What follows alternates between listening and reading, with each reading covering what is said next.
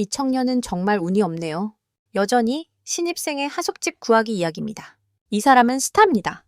7744구체의 하숙집 가격을 비교한 후 그는 전기와 수도가 완비된 적당한 집을 정했습니다. 가격은 한 달에 단 120만 통이었죠. 하지만 스타는 이 집에 이상한 현상이 있다는 걸 몰랐습니다. 우리 조상들은 이를 귀신이 있다고 부릅니다. 이사 온 지 얼마 안 돼요. 그는 이상한 일들이 자주 일어나는 것을 느끼기 시작했습니다. 목욕할 때 귀신에게 엉덩이를 만지는 등 여러 이상한 일들이 있었죠. 무슨 일이 있었는지 알기 위해 우리는 시간을 되돌립니다. 어느 흐릿한 아침, 한 대학 캠퍼스에서 이 분홍색 머리를 가진 소녀는 사쿠라처럼 보이는 하쿠라입니다. 호기심 가득한 마음으로 오늘 그녀는 한 사람을 찾기 위해 소개를 받았습니다. 하쿠라는 영화 연구의 호가 클럽을 찾아갔습니다. 안에는 카드 게임을 하고 있는 남학생들이 있었고 한 소년이 나머지 사람들의 돈을 모두 따냈습니다. 그들이 떠난 후 욕을 퍼붓고 있는 남학생을 지나 하쿠라가 들어갔습니다. 그녀는 누워있는 남학생이 야쿠모인지 물었습니다. 언니에게서 그 사람에 대해 들어본 적 있나요?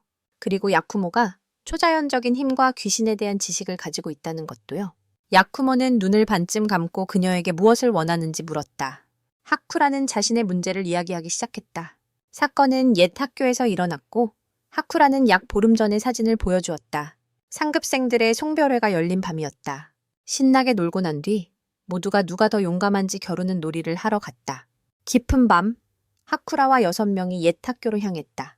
그들은 피아노가 놓인 금지된 방에 들어갔다. 갑자기 이상한 소리가 주변에서 들려왔다.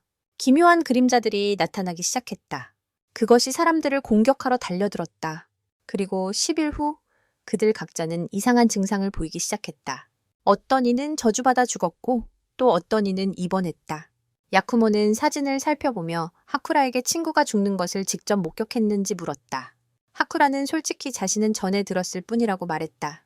그렇다면 저주를 받았다고 확신할 수는 없어요. 누군가 죽었다는 것도 그녀의 추측일 뿐이에요. 야쿠모가 필요한 것은 진실이에요. 진실이 없으면 야쿠모는 그녀를 도와줄 수 없어요. 그리고 하쿠라는 여기서 야쿠모에게 그녀의 친구 미키가 입원 중이라고 도움을 요청하러 왔어요. 정화든 퇴마든 성공만 하면 돼요. 야쿠모는 손을 내밀며 비용이 2보복 1,000엔이라고 말했어요. 물론 세금이 포함된 금액이고 그녀가 동의하면 실천엔을 선불로 지불하면 도와줄 거예요. 하쿠라는 아주 어리석은 말을 했어. 돈 받는 거야? 물론이지. 안 받으면 북서풍만 마시며 살란 말이야.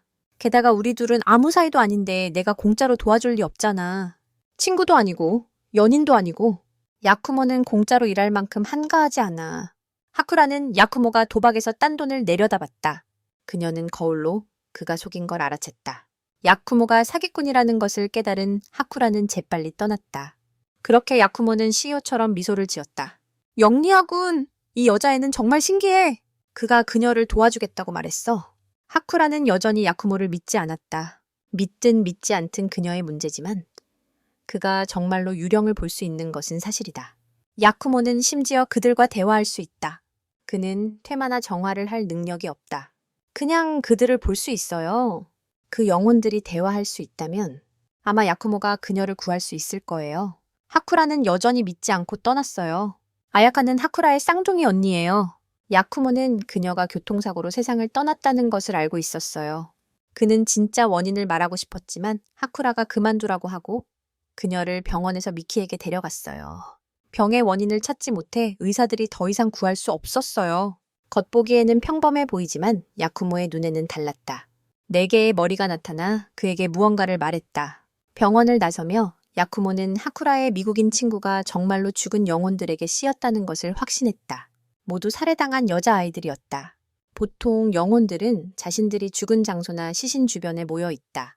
즉, 모두 그 금지된 방에서 살해당했고 살인자는 아직 그 안에 있다는 뜻이다. 하쿠라의 친구들과 관련된 사건들은 계속해서 발생하고 있다. 그날 밤에도 하쿠라의 선생님에 따르면 자살로 추정되는 사망자가 또 있었다. 선생님이 강의 중에 그 친구가 갑자기 이상해졌습니다. 그리고 나서 기차에서 뛰어내렸습니다. 선생님은 하쿠라와 다른 3사람이 옛 학교에 몰래 들어갔다고 언급하셨습니다. 선생님은 이야기를 들었고 이번 사건은 악마의 짓이라고 생각하셨습니다. 문제는 경찰이 그런 것들을 믿지 않는다는 것입니다. 선생님은 하쿠라에게 두 사람의 대화는 잊어버리라고 하셨습니다. 이아크모네는 하쿠라 뒤에서 이 선생님에 대해 조금 의심하기 시작했습니다. 달이 점점 높이 떠오릅니다. 이아크모와 하쿠라의 조사는 일단 마무리되었다. 하지만 이아크모는 그녀를 집까지 따라갔다. 그는 그녀가 표적이 되고 있다고 말했다. 이번에는 유령이 아니라 사람이다. 설명을 해도 그녀는 이해하지 못할 것이니. 그는 밤에 다닐 때 조심하라고 주의시켰고 가능하다면 함께 가자고 했다. 다음 날 두 사람은 폐가에서 조사를 계속했다.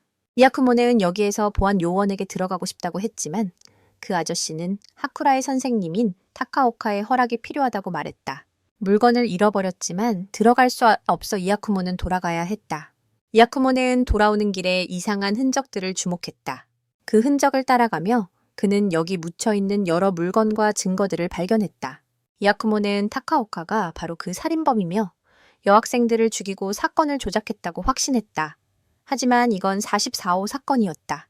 이아크모는 설계도를 확인했고 그 방 아래에 지하실이 있는 것으로 보였다. 그가 그들을 죽이고 시체를 숨겼을 가능성이 있었다. 하쿠라는 아직 믿지 못하고 증거를 요구했다. 이아크모는 사진을 꺼내어 그날 밤 모두가 들어가지 않은 한 쌍을 가리켰다. 하루카는 그들에게 사생활을 존중해줘야 한다고 생각했다. 이아크모는 한숨을 쉬며 역에서 자신과 타카오카의 대화를 다시 떠올렸다. 거기에 6명이나 갔는데 그가 말한 건 너와 3명뿐이야. 즉 그날 밤 타카오카는 지하실에 숨어 4명을 봤고 4명이 그곳에 간 줄 확신했어. 하쿠라는 내 친구가 타카오카에게 잘못된 정보를 준 거라고 주장했어. 이아크모는 타카오카가 이번 사건의 주모자라고 의심했지만 그녀의 의견을 완전히 부정할 수 없어서 추가 증거를 찾기로 했어. 이아크모는 타카오카가 막 마신 커피잔을 쓰레기통에서 꺼냈어. 이건 부정할 수 없는 증거가 될 거야. 그날 오후 경찰차 한 대가 나타났어. 안에는 고츠 형사가 있었어. 그분은 이아크모를 알고 계십니다. 그는 확인할 몇 가지를 그분께 전달했습니다. 형사는 하쿠라를 보고 이아크모에게 여자친구가 있다고 생각했습니다. 그는 그녀가 자신의 고객이라고 말했습니다. 형사는 이아크모에게 잘 지키지 않으면 어느새 잃을 거라고 놀렸습니다. 이아크모는 쿨하게 한마디 대답했습니다. 마치 아저씨의 아내처럼. 형사는 기분이 좋아져서 떠났습니다. 물건을 건네고 나서 이아크모는 다시 클럽방으로 돌아가 잠을 잤습니다. 하쿠라는 이아크모가 새끼 고양이처럼 움츠러드는 것을 보았다. 지금 하쿠라는 이아크모와 함께 있어야 그녀를 보호하기가 편하다. 그들은 증거 분석이 끝나 경찰이 움직일 때까지 인내심을 가지고 기다리기만 하면 된다. 밤이 되어 그녀는 화장실에 가겠다고 허락을 구했다. 그리고 나가면서 하쿠라는 멀리서 한 그림자를 보았다. 고투 형사 쪽에서는 이상한 노이사와 만나 증거 분석을 부탁해야 했다. 노이사에 따르면 이 물건들에 묻은 지문은 컵에 묻은 지문과 완전히 일치한다고 한다. 다른 지문들은 실종된 사람들의 것이었다. 역시 이아쿠모의 추측은 매우 정확했다. 하지만 하쿠라가 붙잡혀 상황이 매우 위급하다. 한 소녀가 이아쿠모에게 길을 알려주러 나타났다. 하쿠라는 타카오카에게 붙잡혀 묶여 있다. 그는 그녀의 친구들이 자기 장소를 더럽혔다며 계속 떠들어댄다. 그래서 그녀를 곧 친구들이 있는 저승으로 보내주겠다고 한다. 이아쿠모가 찾아오는 소리가 들린다. 타카오카는 어둠 속에 숨어 있다. 이아쿠모가 하쿠라를 묶으러 문으로 달려오는 순간 타카오카가 그를 공격하기 위해 뛰쳐나왔다. 하지만 그는 기쁘기보다는 두려움이 더 컸다. 충돌로 인해 이아쿠모의 거의 붉은 눈이 드러났다. 이 눈은 영혼과 그들의 의도를 볼 수 있다. 지하의 소녀들의 영혼은 여전히 고통으로 비명을 지르고 있다. 이아쿠모의 붉은 눈을 바라보자 타카오카는 두려움에 도망쳤다. 그는 여기서 빠져나가기 전에 집에 불을 질렀다. 하지만 고투 수사가 그를 먼저 막았다. 출구가 막혔어요. 이아쿠모가 하쿠라를 위층으로 끌어올렸어요. 아래에서 고투가 두 사람에게 소방대가 오고 있으니 기다리라고 말했어요. 불길이 사방을 뒤덮고 있어요. 타카오타가 잡혔을 때 이아쿠모는 영혼들에게 아마도 그들이 미키의 육체를 떠나 그녀를 구할 거라고 말할 거예요. 다만 두 사람은 결국 목숨을 잃었어요. 이때 이아쿠모가 하쿠라에게 왜 그 방에 왔는지 진짜 이유를 물었어요. 자신의 언니를 다시 만날 수 있을 거라 생각해서였나요? 하쿠라는 누군가 그 방에서 피아노 소리를 들었다는 소문이 있다고 말했다. 우연히도 그 곡은 그녀의 언니가 피아노를 배울 때 가장 자주 연주하던 곡이었다. 그녀는 정말 훌륭한 사람이었고 모두가 그녀를 사랑했다. 그리고 어느 날 두 사람이 공을 가지고 놀고 있을 때 사건이 발생했다. 하쿠라는 언니의 죽음을 초래한 것에 대해 후회하고 있다. 그녀는 언니가 자신을 싫어할 것이라고 생각했다.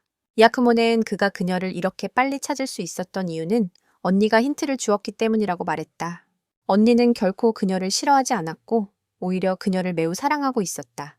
하쿠라는 정말로 어느 정도 위안을 받았다. 그녀는 언니를 다시 한번 만나고 싶어 했다. 그녀의 소원을 들어주기 위해 이아쿠모는 하쿠라를 언니와 다시 만나게 했다. 두 자매는 서로 이야기를 나누었다. 하쿠라는 마음속의 의문을 풀었다. 돌아오면서 하쿠라는 이아쿠모의 눈을 바라보며 정말 아름답다고 말했다. 다음 날 하쿠라는 이아쿠모를 만나러 가서 그를 데리고 미국기의 문제를 해결하러 갔다. 중간에 고양이 같은 성격을 가진 이아쿠모에게 깨워지는 것은 하쿠라에게 매우 귀찮은 일이었다. 그는 준비를 시작했다. 이 방은 여기서 생활하는 데 필요한 모든 것이 갖춰져 있다. 이아쿠모는 집이 있지만 잘 가지 않는다. 그리고 이 클럽은 단지 겉모습일 뿐이다. 이아쿠모네는 선생님에게 제출할 회원 명단을 만들었다. 그런데도 그들이 승인했다. 하쿠라는 이아쿠모가 하고 있는 일이 선생님을 속이는 것이라고 생각했다. 이아쿠모네는 하쿠라의 이해 능력에 의문을 갖기 시작했다. 그 일은 제쳐두고 병원에 도착했을 때 이아쿠모는 미키를 붙잡고 있던 영혼들에게 타카오카, 그녀들을 죽인 자가 잡혔다고 조용히 말했다. 그 말은 마치 해방의 말과 같았다. 영혼들은 서서히 고요 속에 사라져갔다. 미키는 마치 긴 혼수 상태에서 깨어난 듯 부드럽게 움직였다. 천천히 눈을 뜨기 시작했다. 하쿠라가 겪은 일들 이후 그녀는 이아쿠모가 영혼과 대화할 수 있다는 것을 믿게 되었다. 이아쿠모네는 영혼이 괴물이 아니며 요괴도 아니라고 말했다. 그들도 한때 너와 나처럼 사람이었다고. 그것이 당신이 생각하는 영혼의 모습입니다. 하지만 확실한 것은 영혼이란 육체를 잃은 이들의 남은 감정이라는 점입니다. 이아쿠모네는 그들을 제거하기보다 협상하는 방식을 주로 택합니다. 솔직히 말해 이아쿠모는 그런 방식을 받아들이지 않습니다. 영혼을 봉인하는 일은 잔인한 행위입니다. 그들을 완전히 지워버리고 그들의 소원을 잊어버리는 것이니까요. 게다가 스스로 영매라고 자칭하는 자들이 있어 매우 불쾌합니다. 그들은 돈만 갈취할 뿐 당신에게 아무 도움도 되지 않습니다. 이 15추시는에 대해서는 하쿠라가 아르바이트를 하면서 조금씩 갚겠다고 약속했어요. 이아쿠모는 미키 아버지가 병원 복도에서 이미 돈을 줬으니 그럴 필요 없다고 했죠. 자신이 퇴마사라고 말하자 그 사람이 자연스럽게 돈을 건넸대요. 하쿠라는 그럼 너도 그냥 사기치는 퇴마사랑 다를 게 없다고 했어요. 다른 점은 네가 성공했다는 거지. 버스가 이아쿠모 정류장에 도착했을 때 하쿠라와 그의 일도 끝난 셈이었어요. 하쿠라가 아르바이트하는 곳에서 오늘은 집중을 잘 못하는 것 같았어요. 동료가 눈치채고 말을 걸었죠. 그녀는 더 이상 누군가를 만나지 못하는 것이 허전함을 느끼게 한다고 말했어요. 아직 다 말하지도 않았는데요. 한 무리의 손님들이 아주 고급스럽게 차려입고 가게에 들어왔어요. 보기만 해도 그들이 높은 지위에 있는 사람임을 알 수 있었죠. 하쿠라는 그들이 주문한 음식을 적으러 다가갔어요. 갑자기 그들 중 한 명이 전화를 받았어요. 그는 모두에게 옆으로 비키라고 하며 전화를 받았죠. 하쿠라는 원고 측에 관한 이야기를 얼핏 들었어요. 그분과 함께 간 사람이 당신에게 알려줬어요. 도시 안에는 두 개의 여우 신사가 있습니다. 하나는 동쪽에, 하나는 서쪽에 있어요. 서쪽에는 카게츠카 신사가 있습니다. 동쪽에는 타마츠카 신사가 있죠. 하쿠라는 자주 그곳을 지나가서 알고 있어요. 이 회장님께서 그 땅 전체를 사서 바로 그 부지에 고층 빌딩을 지으셨습니다. 타마츠카 신사는 카게츠카 신사 근처 서쪽으로 옮겨질 예정입니다. 하지만 이동하는 데에 몇 가지 신비한 장애물이 있었습니다. 세상 사람들은 신의 저주가 신사를 보호한다고 소문을 퍼뜨리고 있습니다. 그날 밤 하쿠라는 타마츠카 신사를 들러보았습니다. 우연히 그녀의 뒤에 여우 가면을 쓴 소녀가 나타났습니다. 그녀는 두려워서 도망치다가 스님과 부딪혔습니다. 놀랍게도 그 스님의 한쪽 눈도 이아쿠모처럼 빨간색이었습니다. 물어보니 그는 그의 양아버지였습니다. 그는 이아쿠모의 어머니의 동생 아이신입니다. 아이신은 야쿠모가 그녀에 대해 이야기하는 것을 들었다. 하쿠라는 여우동산 근처에서 빨간 눈을 가진 영혼을 만났다고 전했다. 아이신은 특정 조건에서 유령이 나타날 수 있다는 이야기를 들었다. 안타깝게도 아이신은 유령을 볼 수 없었다. 왜냐하면 스승의 빨간 눈은 가짜였기 때문이다. 야쿠모는 많은 어려움을 겪으며 살아가고 그 빨간 왼쪽 눈 때문에 고립되었다. 그리고 스승은 그 짐의 일부를 지고 싶어 했다. 야쿠모는 그 음산한 눈 때문에 집에 거의 돌아가지 않았다. 이곳에 신사가 있어서 주변에 영혼이 아주 많아요. 이야쿠모가 여기 사는 건 결코 편하지 않죠. 마침 오늘 이야쿠모가 아이신을 방문해서 책 몇 권도 빌렸어요. 이 아이는 누구죠? 이야쿠모의 사촌이에요. 하지만 직감이 아주 뛰어나요. 그 아이는 누구의 감정도 잘 이해할 수 있어요. 아이신이 건강한 걸 보고 이야쿠모는 식사하러 머무르지 않고 떠났어요. 그 남자의 차가운 마음과 단단한 마음은 항상 자신의 생각을 숨기라고 상기시킨다. 어쨌든 이야쿠모는 입이 좀 험하지만 나쁜 사람은 아니다. 아이신은 하쿠라에게 신사에서 유령을 만난 이야기를 해보라고 제안했다. 항상 불평하지만 이야쿠모는 이런 일들을 그냥 지나치지 않을 것이다. 그 말을 듣고 하쿠라는 곧바로 따라갔다. 아이신은 그를 바라보며 저 사람이 너의 눈을 예쁘다고 칭찬한 사람이라고 말했다. 하지만 산 기슭에 도착하자 그녀는 그가 다른 여자와 이야기하고 있는 것을 보았다. 그래서 다음 날 하루 종일 하쿠라는 집중할 수 없었다. 나는 그녀를 데리고 다마츠카 신사에 들렀다. 그녀는 지난번 회장을 다시 만났다. 그녀는 그가 흘린 물건을 주워주었다.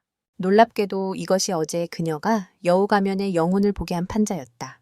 그 말을 듣고 회장은 한숨을 쉬었다. 인생은 본래 참기 어려운 법이다. 사람에게 시간이 더 이상 없을 때 마지막 진실은 그들의 능력 안에 있다. 재물, 지위, 명예는 모두 중요하지 않다. 그것은 각 사람 내면에 존재하기 때문에 후회할 일이 없다. 하쿠라가 만난 유령은 분명히 말을 끝내기도 전에 갑자기 주변 전구가 산산조각 났다. 쇠막대기가 하쿠라를 향해 날아왔지만 이야쿠모가 제때 도와주었다. 그는 이 신사를 조사하라는 의뢰를 받았다. 여기에 유령이 존재한다는 것은 사실이 아니다. 하지만 지금 벌어지고 있는 일은 전혀 유령 때문이 아니다. 유령은 단지 남아있는 감정의 잔향일 뿐이다. 그것들은 물리적 현상을 일으킬 수 없다. 장비는 전기 모터로 이동되었고 플래시는 화약을 사용했다. 웃음소리는 덤불 속에 숨겨진 스피커에서 나왔다. 그들의 선은 모두 의장 뒤쪽 방으로 이어졌다. 그리고 그곳에서 나온 것은 바로 보조였다. 그는 이곳에 고층 건물을 세우는 계획에 반대하는 사람이다. 그래서 그는 프로젝트를 지연시키기 위해 가짜 저주를 만들었다. 보조는 의장에게 멈춰달라고 간청했다. 아무리 당신이 무엇을 해도 그 여자는 다시 살아날 수 없습니다. 예전에 두 사람은 친구였고 그때 회장은 한 아가씨를 몰래 사랑했습니다. 하지만 신분이 달라서 두 사람은 도망치기로 결심했습니다. 그러나 모든 일이 순조롭지 않았고 회장은 아가씨에게 서쪽 묘지에서 기다리라는 편지를 보냈습니다. 하지만 착오로 인해 그녀는 동쪽에 있었고 두 사람은 서로 다른 곳에서 기다렸습니다. 회장은 그것을 깨달았습니다. 하지만 그 시대는 편견이 가득한 시절이었고 남자는 강해야 했습니다. 두 사람의 사회적 신분 차이는 너무 컸습니다. 그는 망설이다가 결국 발을 들지 못했습니다. 1년 후, 그 아가씨는 부모님에 의해 다른 사람에게 시집 보내졌습니다. 그녀는 결핵에 걸렸고 첫 아이를 낳다가 반년 후에 세상을 떠났습니다. 그는 시간이 많지 않다는 것을 알고 크게 후회했으며 회장은 두 동서사당을 합치며 마음의 짐을 덜고자 했습니다. 이야쿠모네는 그럴 필요가 없다고 말했습니다. 그는 그 아가씨의 영혼이 아직 그를 기다리고 있다고 했습니다. 회장은 힘겹게 휠체어에서 일어났고 그때 영혼도 나타났습니다. 두 사람은 만나서 아가씨의 영혼이 소원을 이루고 저승으로 떠나기 전에 만났습니다. 나중에 타마츠카 신사에서의 공사는 취소되었다. 알고 보니 이야쿠모를 고용한 사람은 그 아가씨의 조카였다. 그녀는 할머니의 일기를 읽고 이야쿠모에게 도움을 요청했다. 하쿠라는 아이신의 조언을 듣고 이야쿠모를 자주 방문했다. 왜 자신에게 좀 더 솔직하지 못하니? 그녀는 이유 없이도 그를 보고 싶을 때마다 방문할 것이다. 다음 날 하쿠라는 도움이 필요해서 이야쿠모를 찾았다. 그가 여기 없는 것 같아. 그녀는 냉장고 안에 열쇠가 아직 있는 것을 확인했으니 아마 그가 일찍 돌아올 거야. 인사 조사실에 한 명의 기자가 찾아왔다. 모두가 그녀를 알고 있는데 그녀는 사장님의 딸이기 때문이다. 그녀에게 너무 많은 것을 밝히면 조사가 모두 드러날 것이다. 하지만 윗사람을 배려해 예의를 갖춰야 했다. 고투가 돌아왔을 때도 나는 그녀와 말하기 귀찮았다. 그녀는 아버지의 힘을 빌려 정보를 캐내려 하기 때문이다. 하지만 이번에는 그녀가 진지해 보여서 나는 어쩔 수 없이 앉아서 들었다. 그녀가 고토 씨에게 귀신을 믿냐고 물었어요. 법적으로는 일본이 존재를 인정하지 않지만 개인적으로는 믿는다고 하더군요. 그녀가 귀신이 찍힌 사진 한 장을 보여줬어요. 그리고 고토 씨는 이런 일에 딱 맞는 사람을 알고 있대요. 형사가 이쿠모를 찾으러 왔지만 하쿠라만 거기서 기다리고 있었어요. 두 사람은 서로 소개하고 이쿠모가 돌아오길 기다렸죠. 하쿠라가 둘이 얼마나 오래 알고 지냈냐고 물었어요. 고토 씨는 이쿠모를 학교 다닐 때부터 알고 있었대요. 그때 삼촌은 평범한 경찰이었고 가끔 이야쿠모가 변장해서 사건 몇 건을 보고하러 찾아오곤 했습니다. 잠시 후 길고양이가 돌아왔습니다. 누가 먼저 왔는지 물어보면 먼저 말하라고 하세요. 하쿠라는 며칠 전 동료가 새 차를 수리해서 그녀를 집까지 태워주었다고 이야기했습니다. 처음에는 모든 것이 아주 정상적이었습니다. 하지만 터널에 들어서자마자 두 사람은 많은 이상한 일을 겪었습니다. 다행히 동료는 침착하게 두 사람을 밖으로 데리고 나왔습니다. 그녀는 오늘 이야쿠모에게 자신과 동료가 귀신에 홀렸는지 확인해달라고 부탁하고 싶어 했습니다. 이야쿠모가 살펴보니 동료가 없으니 곧 점검하러 갈 거야. 이야쿠모네는 하쿠라에게 요금을 부과하기 시작했다. 고투는 이야쿠모가 돈을 받겠다고 하자 화가 났다. 하지만 이야쿠모는 너를 도와주는데 아무것도 받지 않겠다는 거냐? 너는 내가 절에 가서 구걸하길 원하냐? 고투 차례가 되자 그는 이야쿠모에게 유령이 찍힌 사진을 보여주었다. 이 지역은 한 자동차 수리점 근처다. 그곳은 평범한 수리점일 뿐이다. 가게 주인은 하이야미 토루다. 38세입니다. 돈만 나누면 뭐든지 고칠 수 있어요. 이 가게는 사고에 연루되어 도망쳤습니다. 그 후에 여러 사건들이 드러났습니다. 그 사건을 조사하던 멍청이들이 그의 집에 갔습니다. 하지만 그때 그는 이미 도망쳤습니다. 사진 속 아이는 이 도시에서 사는 초등학생입니다. 그 아이는 2달 전에 실종되었습니다. 아직 아무런 단서가 없습니다. 고투는 이야쿠모가 그 영혼과 대화해서 토루를 잡기 위한 새로운 정보를 찾을 수 있다고 생각합니다. 이야쿠모는 고투에게 아직 빚이 있으니 이 일을 맡기로 했습니다. 현장에 도착한 이야쿠모는 사냥꾼에게 삽 하나를 건넸습니다. 사진 속 아이가 살아있을 가능성은 매우 낮습니다. 하지만 1% 미만이라면 여전히 혹시피시입니다. 몇 가지 경우에는 영혼이 잠시 몸에서 분리된 것일 수 있습니다. 그렇게 되기를 바랍니다. 고토는 이야쿠모가 조금 변한 것을 느꼈다. 너도 그렇게 생각하지? 요즘 뭐 먹어서 살이 쪘어. 뇌물 받은 거야. 고토는 듣기 불쾌했다. 조사해보니 이야쿠모가 50대 50으로 졌다. 여기에 팔이 있기 때문이다. 고토는 그걸 노이사에게 가져갔다. 결막에 많은 피점이 있습니다. 그리고 목에는 줄자국이 있습니다. 목이 졸려서 죽었을 가능성이 있습니다. 배에는 자동차 바퀴 자국이 있습니다. 일부 내장 기관도 손상되었습니다. 하지만 그곳은 치명적인 곳은 아닙니다. 즉, 아이가 차에 치인 후 목이 졸려서 죽은 것입니다. 이때 고투는 기자에게서 가게 주인 토루가 체포되었다는 전화를 받습니다. 이야쿠모 쪽에서는 하쿠라가 동료 나카하라를 데려와 이야쿠모가 검사하도록 했다. 다행히도 그에게 귀신이 붙지 않았다. 나카는 방을 둘러보며 신비롭다고 칭찬했다. 그는 만약 자신이 정말로 귀신에 씌인다면 이야쿠모가 어떻게 할지 물었다. 물론 귀신과 협상할 거라고 했다. 나카가 주변을 둘러보다가 고토가 가져온 사진을 보고 깜짝 놀랐다. 수상한 낌새를 느낀 이야쿠모는 밖으로 나가 고토에게 전화를 걸어 용의자가 한 명 있다고 알렸다. 고토도 이야쿠모에게 토루가 체포되었다고 보고했다. 이야쿠모가 기억하기로는 하쿠라가 터널에서 유령을 만났을 때 나카는 매우 침착했다고 했어요. 그를 무서워하게 만든 건 유령이 아니라 그 아이의 얼굴이었어요. 그래서 그가 그 정비소를 알고 있거나 아이를 살해하는 사건과 관련이 있을 가능성이 높아요.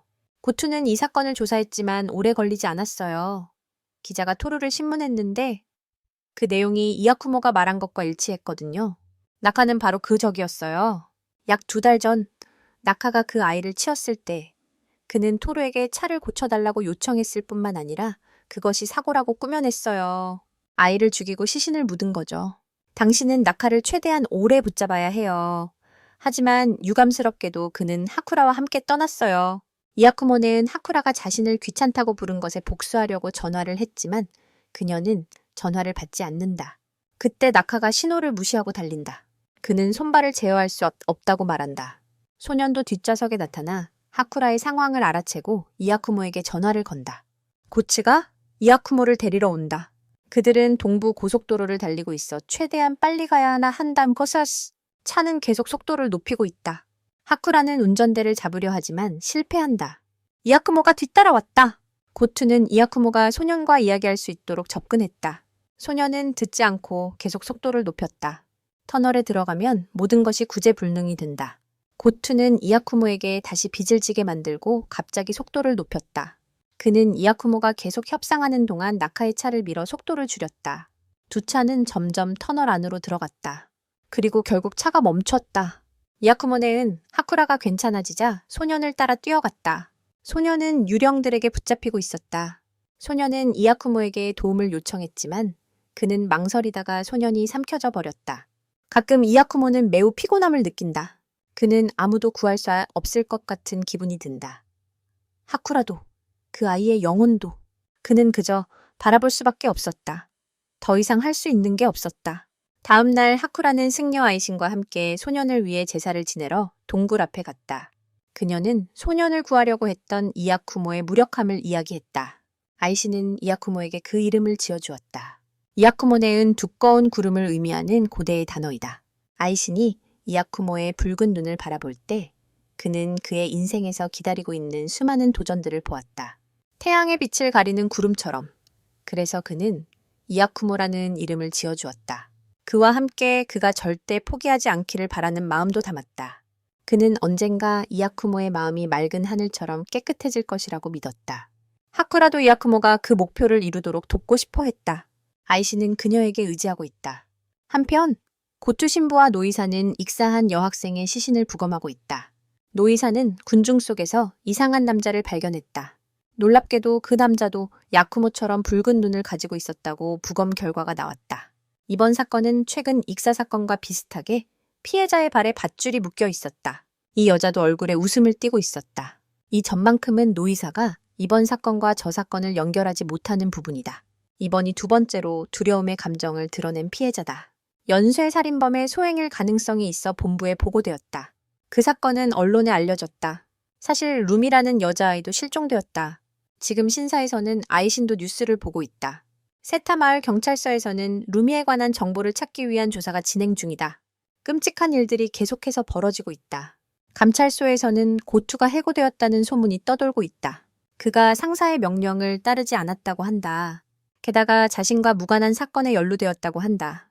게다가 사건을 해결한 후에는 항상 조용히 아무에게도 말하지 않아요. 사실 고투는 특수수사부서로 옮겨졌어요. 그리고 그를 도와줄 이시라는 직원이 배정되었어요. 고투는 상사의 배치에 불만이 있는 것 같아요. 그들이 전화했을 때 그는 직접 만나기 귀찮아서 여기서 말하라고 했어요. 대학교에서요. 하쿠라의 친구가 그녀를 찾아왔는데 그 친구는 자신이 유령을 봤다고 생각해요. 이런 문제는 이야쿠모만이 해결할 수 있어요. 하쿠라는 이야쿠모를 찾으러 동아리에 왔다. 그녀는 이제 집처럼 꽤 자연스럽다. 안타까운 소식은 하쿠라가 이야쿠모의 가짜 동아리에 가입해서 이제 그와 같은 동아리 멤버가 되었다는 것이다. 하쿠라는 탁자 위에 아주 예쁜 목걸이를 보았다. 그것에 대해 물었더니 이야쿠모의 어머니 것이라고 했다. 그녀는 그의 어머니가 어떤 분인지 묻고 싶었지만 이야쿠모는 그녀가 어떻게 직접 이름을 부를 수 있냐며 화제를 돌렸다. 둘이 또래인데 성으로 부르는 건 이상하다고 했다. 그는 뭐든 상관없다고 생각했다. 이야쿠모의 책상 위에 놓인 전화기가 울렸다. 그를 부를 수 있는 사람은 고투 아버지뿐이었다. 세상에는 두 종류의 사람이 있다. 어떤 사람들은 이야쿠모의 눈을 이상하게 본다.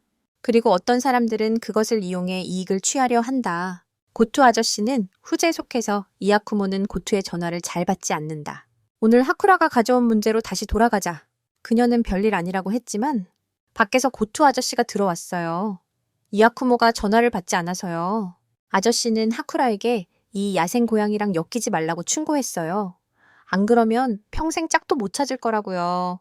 이야쿠모는 하쿠라가 짝이 없는 건 자기 때문이 아니라 그녀의 나약한 성격 때문이라고 말했어요. 이번에는 고투가 이시까지 데리고 왔어요. 그가 고투와 함께 오는 걸 보자마자 이야쿠모의 건방진입이 다시 발동했어요. 그는 조수에게 가능한 빨리 정은 가라고 충고했어요. 고투랑 다니면 머리가 빨리 벗겨지고 배가 나올 거라고요. 두 사람이 계속 말다툼을 하다가 하쿠라가 아저씨에게 여기 온 목적을 물었어요. 고투는 이야쿠모를 어떤 곳으로 데려가고 싶었지만 이야쿠모는 하쿠라 문제를 먼저 해결하고 싶어 했다. 그녀가 먼저 이곳에 왔기 때문이다. 하지만 두 사람이 대화하는 사이에 그녀는 떠나버렸다. 그녀는 이야쿠모 없이 스스로 문제를 해결하기로 결심하고 그곳으로 향했다. 고투는 약 5일 전의 일을 이야기하기 시작했다. 우리 쪽은 길에서 쓰러진 두 사람에 대한 신고를 받았다. 한 명은 기자 마코토였다. 호쿠토 신문사의 지역 뉴스 담당으로. 그녀는 연쇄 살인 사건에 대해 취재 중이었다. 그녀는 단지 기절한 상태였다. 남은 사람은 타카시, 43세입니다. 그때 피해자는 이미 사망했습니다. 원인은 약물 과다 복용으로 인한 심장 정지, 즉 순환 쇼크입니다. 피해자는 한때의 의사였습니다. 3년 전 그는 마약을 불법으로 제조했습니다. 자신이 만든 것을 사용한 후 친구들에게 팔았습니다. 그 후 그는 체포되었습니다. 그가 자신이 만든 것을 과다 복용했거나 고의로 그렇게 했을 가능성이 있습니다. 하지만 문제는 그 기자 여자에게 있다. 가족 말로는 그녀가 마치 귀신에 씌인 상태라고 한다. 이야쿠모는 경찰이 이런 이상한 사건들을 진지하게 다루고 있는 것 같아 꽤 기뻤다. 고토는 이게 정상적인 일이 아니라고 말했다. 이런 상황이 된 이유는 마코토가 경찰 학교장의 딸이기 때문이다. 그는 계속 울면서 아저씨가 딸을 도와달라고 부탁했다. 현장에 도착하자 텐초와 이야쿠모는 안으로 들어갔고 IC 밖에는 경비가 서 있었다. 하쿠라는 친구의 말에 따라 강가 근처로 갔다. 여기서 우연히 그 여학생이 살해당한 곳입니다. 하쿠라강 가운데서 그 소녀의 영혼을 볼 수 있습니다. 그녀는 그 소녀가 제발 그만해달라고 애원하는 소리를 희미하게 들었습니다. 호기심이 생겨서 더 잘 듣고 싶었습니다. 하쿠라는 강가로 가까이 다가갔습니다. 그 경찰서장 집 안으로 들어갔습니다. 이야쿠모네는 이 상황에 계속 놀라워했습니다. 그는 그가 얼마나 뇌물을 받았기에 이런 집을 지을 수 있었는지 궁금해했습니다. 마코토가 누워있는 곳에 도착했다. 그들은 그녀를 병원에 데려가야 했다. 아마도 그는 병원이 가난한 사람들만을 위한 곳이라고 생각했을 것이다. 어떤 병원이 누군가의 딸이 귀신에 시달리고 있다고 인정할 수 있겠는가? 진실은 모든 것을 말해준다. 이야쿠모가 점검하기 위해 다가갔다. 확실히 마코토를 괴롭히고 있는 귀신은 타카키였다. 그는 그녀의 몸을 차지하려고 하는 것 같았다. 야쿠모의 이해로는 그가 할 수 없을 거야. 마코토의 몸이 그의 영혼에 반응하고 있어. 가만히 두면 그녀는 점점 약해져서 죽을 거야. 나도 확신할 수 없어. 이건 내가 처음 겪는 경우라서. 그가 누군가를 무리하게 점령했다는 건 아직 죽고 싶지 않다는 뜻이야. 만약 일부러 그런 거라면 타카시는 점령할 기회가 없었을 거야. 추론해보면 살인사건일 가능성이 있어. 안타깝게도 고츠 측은 아직 새로운 단서를 찾지 못했어. 현재 상황에서 마코토를 구하려면 타카시에 대해 더 알아봐야 한다. 그의 시체 상태도 포함해서 보아하니 그 이상한 노인을 만나야 할 것 같다. 법의학실에 가서 이야쿠모는 하타를 만났다. 그는 당신을 만나서 매우 기뻐했다. 그에 대한 이야기를 많이 들었는데 이제야 직접 만날 기회가 생겼다.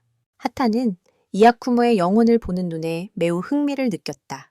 그는 영혼과 인간에 대한 가설을 세웠다. 사람이 죽으면 영혼이 육체에서 분리된다고 한다. 그렇다면 그들 사이의 연결고리는 무엇인가요? 아직 답이 없는데 이시가 와서 하타의 기분을 망쳤어요. 본론으로 돌아가면 하타는 고투를 위해 타카시에 대한 정보를 준비했어요. 개인 소지품은 그의 가족이 시신과 함께 가져갔어요. 가져갈 수 없는 몇 가지는 아마 지하실에 남아 있을 거예요. 그들이 원한다면 거기서 찾으면 되지만 지금 그는 연쇄 살인 사건으로 매우 바빠요. 고투는 이시를 그곳에 보내서 그들이 타카시에 대한 정보를 확인하는 동안 찾게 했어요. 오래 기다렸는데 그 보조는 아직 돌아오지 않았어요.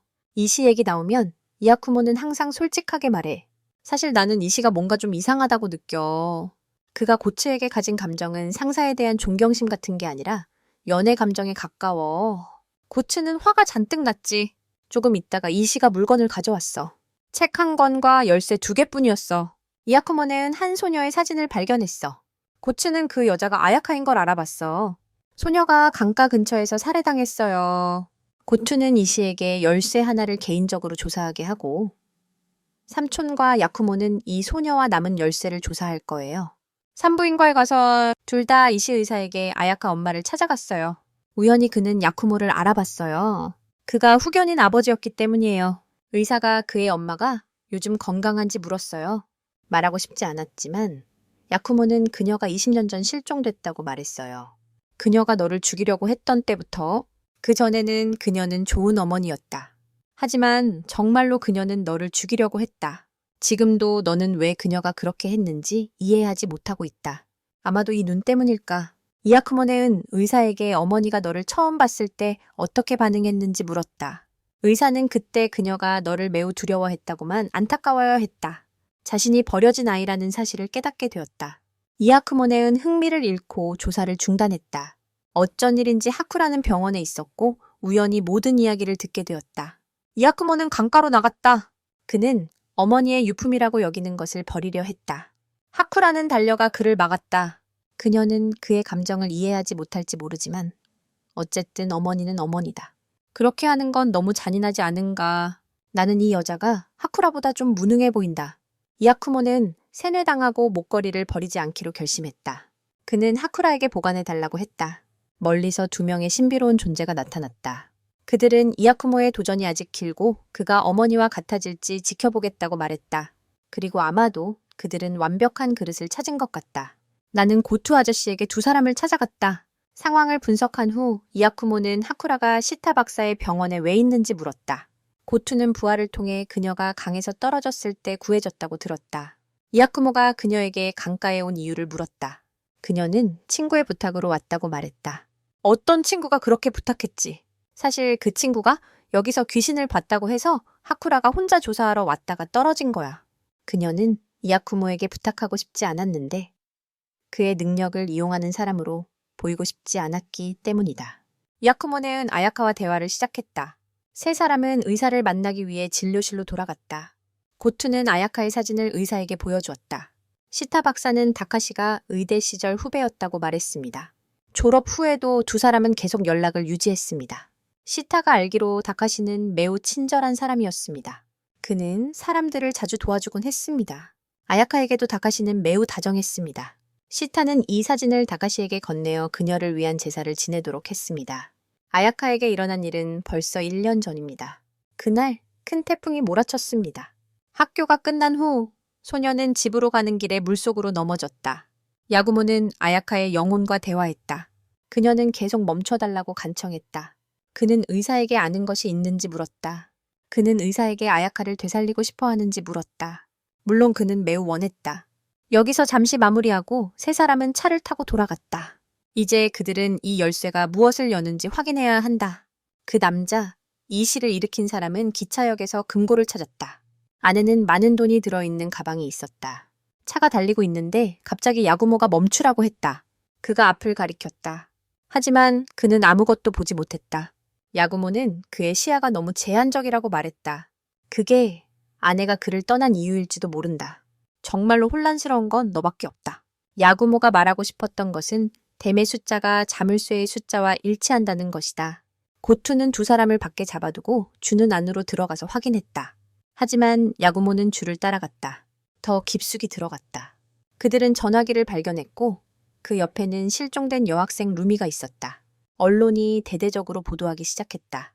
그녀의 진술에 따르면 타카시는 그녀에게 해를 끼치지 않았다. 범인의 물건이 현장에서 발견되었다. 그들은 이 납치범이자 연쇄 살인범이 다카시라고 결론 지을 수 있을 것 같다.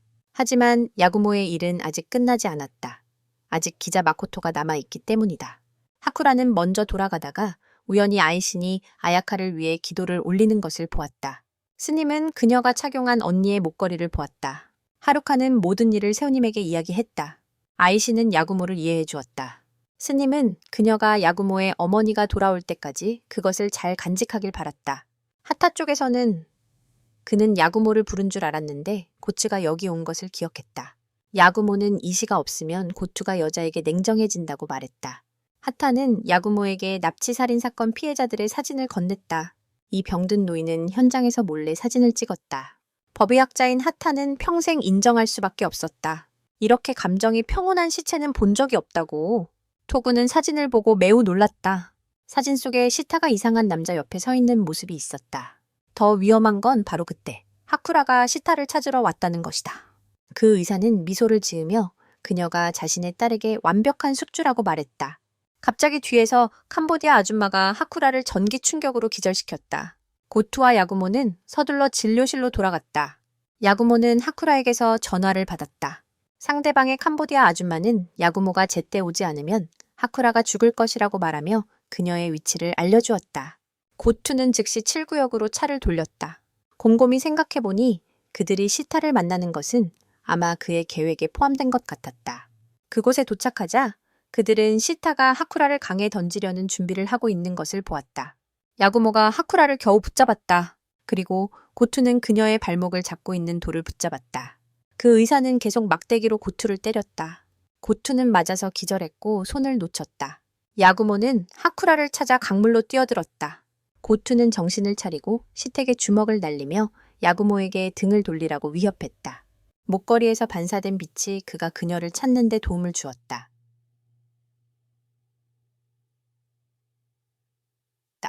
그는 하쿠라 옆에 아야카가 있는 것도 보았다. 그녀가 깨어났을 때 그들은 시타를 붙잡았다.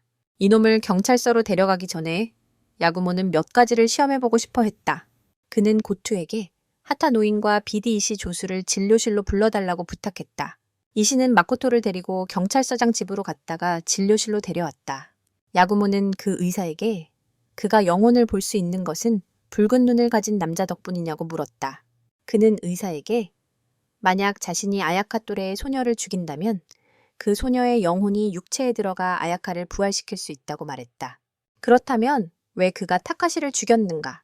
시타는 두 사람이 학교에서 형제였다고 거짓말을 했다. 그 붉은 눈을 가진 남자가 타카시가 아야카 또래의 여자아이들을 제공할 수 있다고 말했습니다. 하지만 그는 당신에게 가격을 깎으라고 강요하고 경찰에 신고하겠다고 위협했기 때문에 당신은 어쩔 것 없이 행동해야 했습니다. 이유가 무엇이든 시타의 행동은 용서할 수 없습니다. 시타는 당신이 가족의 감정을 알지 못한다고 말했습니다. 어머니에게 거의 죽을 뻔한 당신처럼요. 그의 말은 틀리지 않았습니다. 하지만 당신은 아버지에게 괴롭힘을 당하는 아이의 끔찍한 감정을 잘 알고 있습니다. 이 시체들이 웃는 이유입니다. 아야카가 그들에게 들어갔을지도 몰라요. 그녀가 그들에게 들어간 이유는 부활하기 위해서가 아니에요. 그녀는 소녀들이 겪어야 하는 고통과 괴로움을 나누기 위해서였어요. 그가 사람을 죽일 때마다 아야카는 그 고통과 고뇌를 겪었어요. 그는 아버지지만 딸을 계속해서 죽였어요. 아야카가 원하는 것은 단지 평안히 쉬는 것뿐이에요. 시타는 그가 한 행동을 후회하기 시작했어요. 타카시도 마코토의 소나기에서 벗어났어요. 의사와 이시가 그녀를 돌볼 거야. 모든 일이 해결되었어. 타카시가 마코토를 떠난 이유는 아마도 그가 자신을 죽인 자가 이렇게 괴로워하는 것을 만족스러워했기 때문일 거야. 고투는 이야쿠모를 데리고 강가로 가서 아야카가 해탈했는지 확인했어. 모든 게 괜찮아지자 그는 이시와 함께 떠났고 그때야 나는 이시가 비디에 걸리지 않았다는 사실을 알게 되었어. 그는 단지 영혼 같은 초자연적인 일에 극도로 관심이 많았을 뿐이야. 처음에는 고투가 심령 탐정인 줄 알았는데 알고 보니 이야쿠모가 그 사람이었어. 어쨌든 고투는 자신의 조수가 비디에 걸리지 않아서 매우 기뻐했어. 야쿠모가 하쿠라의 기도를 기다리던 중 붉은 눈을 가진 남자를 만났는데 놀랍지 않게도 그가 바로 그의 아버지였다. 그는 자신이 아버지처럼 되지 않겠다고 다짐했다. 이제 신입생의 하숙 이야기로 돌아가자. 이 사람은 스타로. 77세사쿠체의 하숙집 가격을 조사한 끝에 전기와 수도가 완비된 적당한 집을 정했다. 월세는 겨우 120만 원이었지만 스타는 이 집에 함정이 있을 줄은 몰랐다. 이사한 지 얼마 안 되어 이상한 현상들이 나타나기 시작했는데 목욕할 때 귀신에게 엉덩이를 만지는 등 여러 이상한 일들이었다. 경찰서에서 마코토 사건 이후 이씨는 그녀와 거리를 두고 있었다. 그녀는 그가 쑥스러워서 그런 거라고 생각했다. 고토 아저씨는 오늘 중요한 날이라서 오지 않았어요. 아저씨는 집에 가서 아내를 만납니다. 테이블 위에는 아내가 남긴 메모가 있어서 오늘이 결혼기념일이라고 적혀 있어요. 물론 아저씨는 잊지 않았기 때문에 여기 온 거예요. 아저씨는 아내에게 편지를 다시 썼습니다. 대학교에서 하쿠라는 친구들과 연애에 대해 이야기하고 있습니다. 미키는 하쿠라가 이쿠모를 생각하고 있다는 것을 잘 알고 있습니다. 모두가 그녀가 매일 그곳에 들른다는 것을 알고 있어요. 그들은 두 사람의 진전 상황을 물었어요. 하쿠라도 정확히는 몰랐죠. 그가 그녀를 만날 때마다 흠잡을 구석을 찾아내서 비난했어요. 아주 불편했지만 가끔은 그의 곁에서 그녀는 자신일 수 있었어요. 그것이 그녀를 매우 편안하게 만들었죠. 미키는 그녀와 이야쿠모가 커플이라기보다 가족 같다고 느꼈어요. 하쿠라는 두 사람의 관계가 무엇인지 확신하지 못했어요. 이야쿠모네는 감정을 많이 드러내지 않는다. 슬프거나 힘든 순간에도 그는 혼자서 견뎌낸다. 그 모습을 보니 그녀도 아프게 느껴졌다. 그래서 그녀는 이야쿠모를 조금이라도 도와주고 싶었다. 이야기를 나누고 있는데 하쿠라의 두 친구가 어디론가 사라졌다. 알고 보니 수타가 하쿠라를 찾으러 온 것이다. 그녀는 이후 이야쿠모를 만나러 갔다. 그때 그는 아무것도 하지 않고 잠만 자고 있었다. 그녀가 그의 옆구리를 찔러서 그가 고양이처럼 깜짝 놀랐다. 하쿠라를 보자마자 그는 그녀가 많이 살이 쪘다고 칭찬했다. 두 사람은 다시 싸웠다. 하쿠라는 떠나는 척했다. 이야쿠모네는 오늘 그녀가 여기 온 이유를 물어볼 방법이 없었다. 결국 방에 유령이 나타났다는 것이다. 스타는 이야쿠모에게 그 유령을 쫓아내는 것을 도와달라고 부탁하고 싶었다. 사건을 듣고 나서 귀신을 쫓으려면 이야쿠모는 그 방에 가야 해요. 하지만 먼저 그는 왜 가격이 그렇게 싼지 매도인부터 만나야 해요. 두 사람은 부동산 회사에 갔습니다. 직원이 그들이 커플용 집을 찾는지 물었어요. 이야쿠모는 하쿠라와 데이트하는 게 매우 괴로운 일인 것처럼 강하게 반응했습니다. 이야쿠모는 자신을 스타 선생님이라 소개하며 스타라는 사람에게 고용되었다고 했어요. 이 말을 듣고 직원은 상황을 이해했습니다. 사실 그 아파트는 매도인 쪽에서도 골칫거리였어요. 약 1년 전 바로 이 사람이 그 방에서 시체를 발견했습니다. 경찰 조사에 따르면 그 소녀는 선천성 질환으로 사망했습니다. 가족은 그녀가 만성 심장 질환을 앓고 있었다고 밝혔습니다. 그때부터 유령이 나타나기 시작했습니다. 이카쿠모네는 그 소녀에 대해 더 알아야 해서 그녀의 직장에 가기로 했습니다. 함께 일했던 동료들에게 물어봅니다. 그녀의 이름은 키미입니다. 매우 엄격한 사람입니다. 사회적 성향에 있어서는 키미가 매우 고집이 셉니다. 여자 동료가 사진 한 장을 꺼냈어요. 이 사람이 키미예요. 엔지르 파티에 참석할 때조차 그녀는 화장도 하지 않았어요. 다들 자신을 좀 더 가꾸라고 조언했지만 그녀는 신경 쓰지 않았죠. 이 키미 씨는 하쿠라와 정말 닮았어요. 주변 사람들이 자신을 어떻게 생각하는지 전혀 신경 쓰지 않거든요. 조사는 여기서 끝입니다. 이야쿠모와 하쿠라는 스타의 집에 가서 남은 일을 마무리할 것이다. 가는 길에 그들은 다시 이시와 마코토를 만난다. 조수는 하쿠라에게 관심이 있는 것 같아 둘을 데리고 같이 밥을 먹으러 갔다. 하쿠라는 이야쿠모가 같이 가길 원했지만 그는 사라져 버렸다. 그래서 그녀도 급히 달려갔다. 그녀는 스타의 집으로 달려갔다. 뜻밖에도 이야쿠모가 옷을 벗고 그녀를 기다리고 있었다. 사실 스타는 아직 돌아오지 않아 그의 욕실을 빌려 쓴 것이다. 안으로 들어가세요. 그녀가 아들의 방에 들어가는 것은 처음이라 꽤 쑥스러웠다. 이야쿠모네는 사과 외에는 별다른 말을 하지 않았다. 하쿠라는 꽤 이상한 거울에 주목했다. 중개인이 방을 고르라고 해도 사실은 세입자가 붙인 것이다. 구별하는 방법은 꽤 쉽다. 부착 위치가 너무 낮고 또한 정렬도 맞지 않다.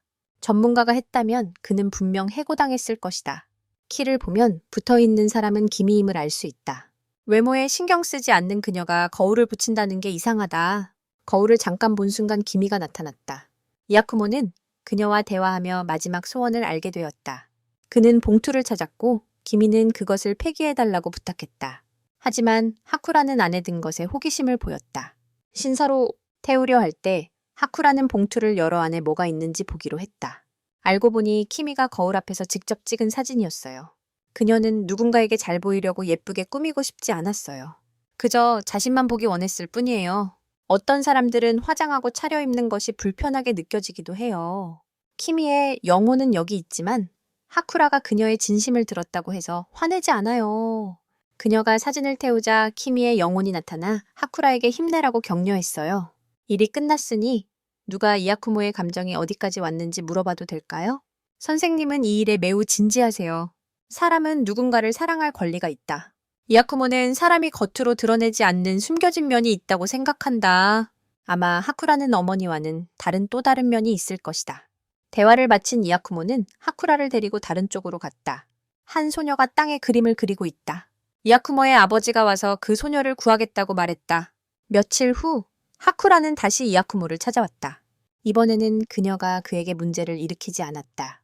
그녀는 그에게 그녀가 곧 공연할 음악회에 참석해달라고 초대했다. 이야쿠모네는 시간이 없다고 했지만 그날 잠을 잘 수 없거나 사건이 있으면 들러보겠다고 했다. 하쿠라는 매우 기뻐했다. 그녀는 이야쿠모가 테이블 위에서 읽고 있는 책이 나나스 집의 대량 학살 사건에 관한 것임을 알아차렸다. 그때 기자 마코토는 나나스 집으로 상황을 확인하러 가고 있었다. 그 집은 학살 사건 이후로 버려져 있었다. 갑자기 마코토는 누군가 의식을 잃고 있는 것을 발견했다. 그 소녀는 깨어나면서 계속해서 귀신이 있다고 소리쳤고 근처에 카메라가 있었다. 고투 신부가 그것을 야쿠모에게 데려갔다. 이 사건은 15년 전 대학살과 관련이 있을 가능성이 있어. 그는 현장에서 촬영된 영상을 통해 단서를 찾고 싶어 했다. 촬영한 사람은 영화사 시나리오 작가인 유키코였다. 현재 그녀는 너무 무서워서 입원 중이다. 그 후 마코토가 영상을 재생했다. 이 씨는 영적인 이야기를 좋아하지만 귀신을 좀 무서워해서 도망가려 했다. 하지만 마코토가 그에게 머물라고 말했다. 하쿠라는 야쿠모를 찾으러 갔지만 그가 부재 중이었고 문도 잠겨 있었다. 하지만 그녀는 예비 열쇠를 가지고 있었다. 영상은 별로 특별한 게 없었다. 다만 이야쿠모는 이 대본 속 여자의 목소리를 어디선가 들어본 것 같았다. 조금 후 유키가 말한 유령도 화면을 스쳐 지나갔다. 유령을 잠시 보자 그가 기억이 난 듯했다. 이야쿠모는 아무 말 없이 방을 나갔다. 그는 하쿠라에게 오늘 음악회에 바빠서 못 간다고 전했다. 하쿠라의 직감은 오늘 이야쿠모에게 뭔가 이상한 점이 있다고 말했다. 이야쿠모가 직감은 누구든 믿지 않지만 너는 믿지 않는다고 했어. 다음 날 고투가 계속 전화했지만 이야쿠모는 전화를 받지 않았어. 아이가 어제부터 지금까지 두 클럽에 아직 돌아오지 않았다고 했어. 이때 상사가 계속 전화했지만 받지 않아서 찾아왔어. 하쿠라는 클럽에 이야쿠모를 찾으러 갔어. 그녀는 그가 남긴 지도를 보고 그곳에 가보기로 했어. 사장이 고투를 술집으로 끌고 갔어. 그녀는 나나스 집의 마지막 생존자가 지금 어떻게 살고 있을지 궁금해했어. 약 15년 전 누군가 나나스 저택에서 비명소리를 신고했습니다. 그녀는 한밤중에 도착했습니다. 안으로 들어가자 피바다가 펼쳐져 있었습니다. 나나스 가족 4명, 즉 할아버지, 할머니, 아들, 그리고 그의 아내가 모두 살해당했습니다. 그녀는 딸을 찾으려 했습니다. 하지만 문 밖에서 그녀를 보자마자 뒤에서 공격을 받아 기절했습니다. 정신을 차렸을 때 그녀는 병원에 있었습니다. 그녀가 기억하기로는 그 소녀가 미즈키였고 당시 약 10세였습니다. 지금쯤이면 아마 25세쯤 되었겠지만 그녀가 살아있다는 조건에서요. 수년간의 수색 끝에 범인의 이름이 밝혀졌습니다. 그는 프리랜서 기자입니다. 그가 나나스 학교의 사립고등학교에서 스캔들을 폭로한 후 많은 압박을 받아 결국 직장을 잃었습니다. 그 살인은 분명 복수를 위한 것이었습니다. 그 이전에 그 기자는 항상 사회의 약자를 옹호하는 기사를 썼습니다. 이렇게 온순한 사람이 살인을 저지를 정도로 몰아붙였다면 그들이 얼마나 잔인했을지 모르겠습니다. 하지만 상사는 그를 공격한 사람이 그 기자라고 생각하지 않았습니다. 하지만 모든 증거가 그를 직접 가리키고 있다. 그래서 그들은 그냥 그를 쫓기만 하면 된다. 이야기를 들은 고투 씨는 이 씨를 유인해 밤늦게 나나스 저택을 조사하러 가게 했다. 조수는 단 둘이라 매우 두려워했다. 적어도 이야쿠모나 특수부대가 따라와야 안심할 수 있었다. 어제부터 실종된 이 씨는 일찍 가고 싶어 했다. 안타깝게도 지금은 영상을 찍은 유키코의 진술을 다시 받아야 한다. 병원에 도착하자 고투 씨를 만나자마자 이 여자가 매우 익숙해 보였다. 하지만 그는 이를 무시했다. 밤에 2명의 형이 나나스의 저택에 도착했다. 이 씨는 얼굴이 창백해져서 고투가 혼자 들어가야 했다. 주변을 둘러보던 중 그는 캄보디아 여성이 뒤에서 전기 충격을 줘서 기절했다. 밖에 있던 이 씨는 너무 두려워서 경찰에 도움을 요청하지 못했다. 그가 본부로 돌아갔을 때 상사에게 혼났다. 그 여자는 그의 얼굴을 가격한 후 그것이 고투의 아내에게서 온 것이라고 말했다. 그는 고투를 데려오지 않으면 월급이 삭감될 것이라고 경고받았다. 한편 이야쿠모는 산 위의 한 나무집에 도착해 회상에 잠겨 있었다. 캄보디아 누나가 다시 전기 충격을 가하며 나타났다. 알고 보니 그녀가 모든 일을 꾸며 그를 이곳으로 유인한 장본인이었다. 그녀는 그에게 어둠을 가져다 주겠다고 말했다. 말을 마친 그녀는 옷을 찢고 이야쿠모에게 강제로 키스했다. 고투 상사의 부하들이 신사에서 기자 다케다를 찾아냈다. 이시, 마코토, 하쿠라는 아이신을 만나 상황을 요약했다. 이야쿠모와 고투는 모두 영상을 본 후 행방불명되었다. 아이신은 유령이 스쳐 지나가는 장면을 보고 영상을 다시 봐야 한다고 생각했다. 그는 그것이 자신의 누나이자 이야쿠모의 어머니인 아즈사임을 깨달았다. 만약 그 유령이 정말 이야쿠모의 어머니라면 그녀는 이미 돌아가신 것이다. 이씨는 포기하고 경찰에 맡기고 싶어 했다. 하쿠라는 자신이 무능하다고 인정하지만 그처럼 쓸모없지는 않다. 그녀는 기다리고 싶지 않고 누구에게도 의지하고 싶지 않았다. 그녀는 이씨를 겁쟁이라고 꾸짖었고 그가 상처받아 밖에서 울었다. 마코토가 그와 함께 나왔다. 두 사람은 서로 속마음을 나눴다. 마코토는 이씨를 격려하며 용기를 북돋아 주었다. 덕분에 그는 고토 아버지의 검을 찾기 위해 노력할 것이다. 한편 하쿠라는 신전 뒤 묘지로 가서 울었다. 이씨가 찾아왔다. 우연히 그녀가 서 있던 곳은 이야쿠모 주임의 무덤이었다. 그녀는 이야쿠모를 이해하고 공감해주는 사람이었다. 그때 이야쿠모는 매우 괴로워했다. 그는 이 빌어먹을 눈을 도려내고 싶었지만 이씨는 말렸다. 선생님은 그 눈이 태어난 데는 이유가 있다고 생각하셨다. 내가 너라면 그 눈이 만든 길을 따르겠다. 네가 계속 걸어가면 누군가는 네 눈이 정말 아름답다고 말할 거야. 야쿠모는 처음 만난 사람과 거리를 두어 다른 사람이 상처받지 않게 했다. 이씨는 더 알고 싶으면 이야쿠모를 찾아가라고 말했다. 돌아와서 모두가 서로의 눈을 해결하고 앉아 계획을 논의했다. 영상을 한 번 더 확인한다. 이씨는 이쿠모가 영상을 본 후에 지도를 본 것을 기억해냈다. 하쿠라는 지도와 영상 속 시간을 토대로 추리했다.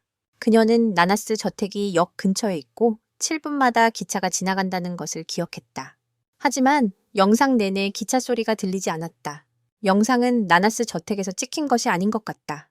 이쿠모 아버지 쪽도 이미 움직이기 시작했다. 마코토와 이씨는 본부에 연락해 몇 가지 정보를 확인했다.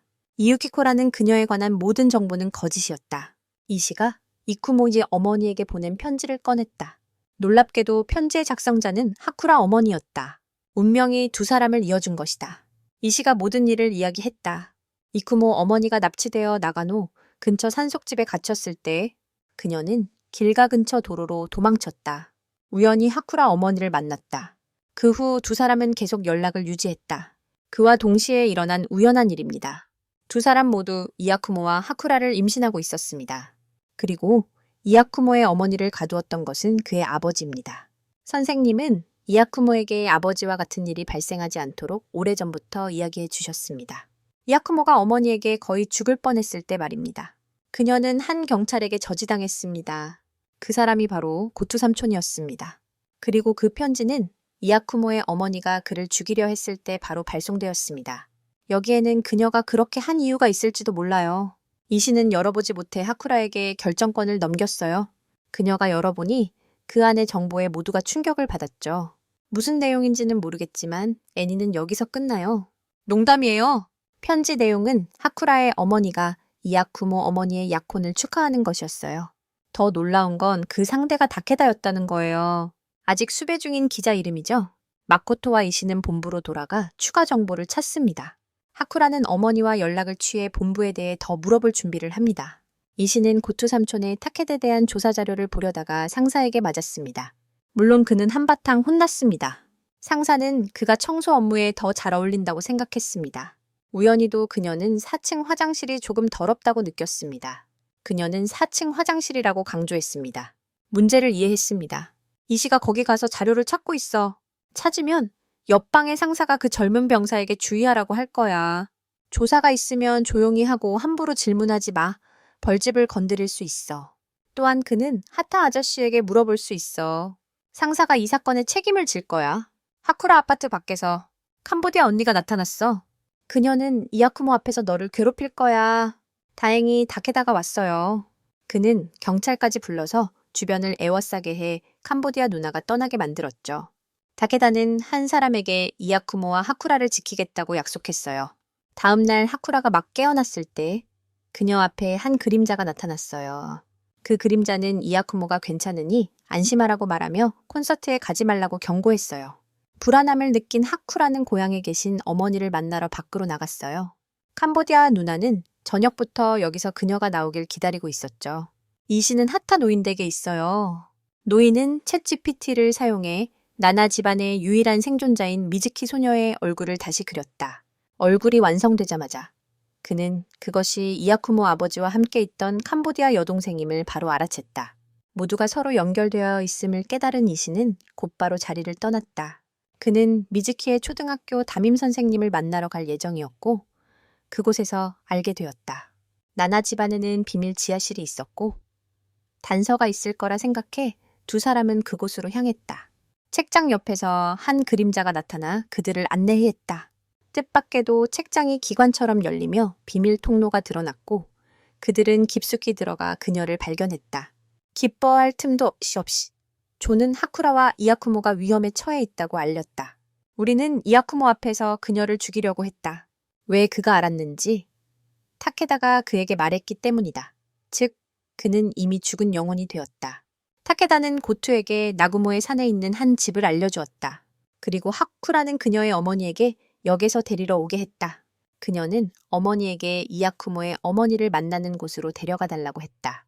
그녀는 그가 거기에 있을 것 같은 느낌이 들었다. 도착하자 그녀는 혼자서 산을 올랐다. 더 깊숙이 들어가자.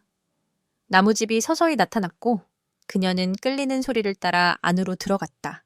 하쿠라는 묶여있는 야쿠모를 발견했고 그의 몸은 매우 차가웠다. 그녀는 그를 깨우려고 애썼다. 대답이 없자 그녀는 그에게 간절히 부탁했다. 울고불고 하던 중에 야쿠모가 깨어났다. 그는 너무 피곤해서 깊이 잠들어 있었던 것이다. 고양이는 9 생명이 있으니 그는 그렇게 쉽게 죽지 않을 것이다.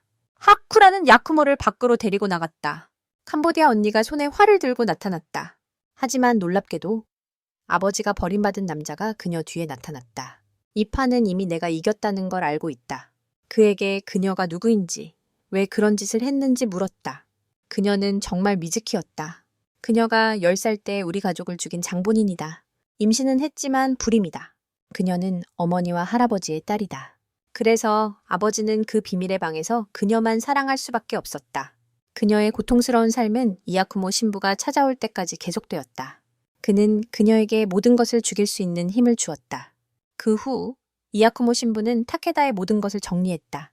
그리고 미즈키는 지금까지 그를 따라갔다. 충분한 증거가 모인 후 고토 삼촌이 그녀를 잡으러 달려갔다. 바로 그때 이야쿠모 신부가 나타났다. 고토 삼촌은 다시 전기 충격을 받았다. 상황이 매우 심각하다. 미즈키가 하쿠라를 이야쿠모의 어머니에게 데려가려 할 때 그녀가 먼저 나타나서 막았다. 결국 그녀가 나타났다.